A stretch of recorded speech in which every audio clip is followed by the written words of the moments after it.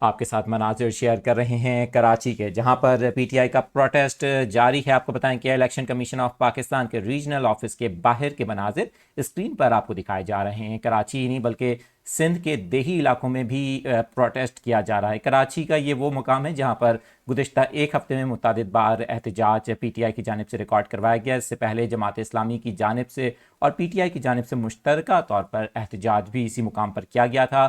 بات کی جائے پاکستان کے دوسرے شہروں کی، وفاقی دارالحکومت اسلام آباد کی، جہاں پر صبح احتجاج کا آغاز ہوا، اس وقت بھی وہاں پر مظاہرے کیے جا رہے ہیں، جبکہ لاہور کی صورتحال کچھ کشیدہ ہے، جہاں پر جیل روڈ پر پی ٹی آئی کے متعدد کارکنان کو گرفتار کیا گیا۔ پی ٹی آئی رہنما سلمان اکرم راجہ بھی ان میں شامل ہیں گرفتار ہونے والوں میں، جبکہ کئی خواتین ورکرز کو بھی گرفتار کیا گیا ہے۔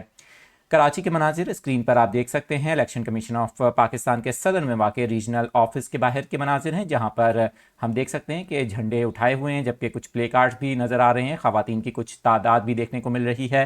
کراچی کے مناظر، پولیس کی نفری بھی یہاں پر تعینات کی گئی ہے۔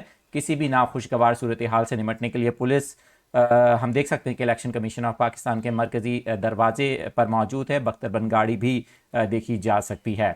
کراچی کی صورتحال اپنے ناظرین کے ساتھ شیئر کر رہے ہیں۔ آپ کو بتائیں کراچی میں بھی احتجاج کا سلسلہ جو دوپہر کو شروع ہوا تھا اس وقت بھی جاری ہے، اور مظاہرین کی جانب سے الیکشن میں مبینہ دھاندلی اور الزامات جو الزامات عائد کیے جا رہے ہیں، اور اس دھاندلی کے خلاف نعرے بازی بھی کی جا رہی ہے۔